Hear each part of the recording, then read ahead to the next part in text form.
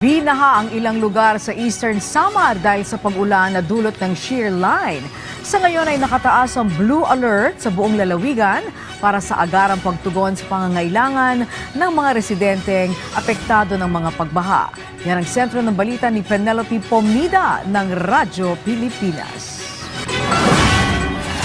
Nalubog sa baha ang ilang bayan sa Eastern Samar dahil sa ilang araw na ulan dulot ng shear line. Sa Hipapad, nagmistulang ilog ang ilang residential area rito dahil sa malakas na buhos ng ulan na nagsimula pa nitong Sabado.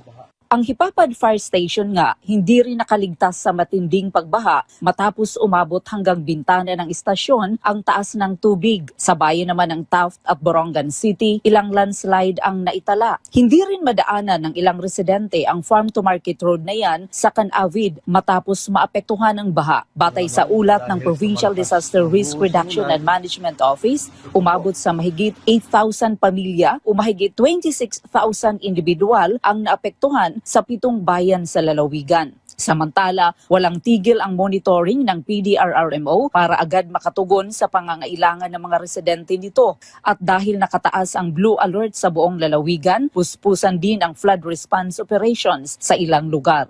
Sa ngayon, panakanakang pag-ulan na lamang ang nararanasan dito sa malaking bahagi ng Eastern Samar. Gayunman, pinapayuhan pa rin ng provincial government ang publiko na manatiling nakaalerto at sumunod sa payo ng pamahalaan. Mula rito sa Borongan City, para sa Integrated State Media, Penelope Pomida ng Radyo Pilipinas, Radyo Publiko.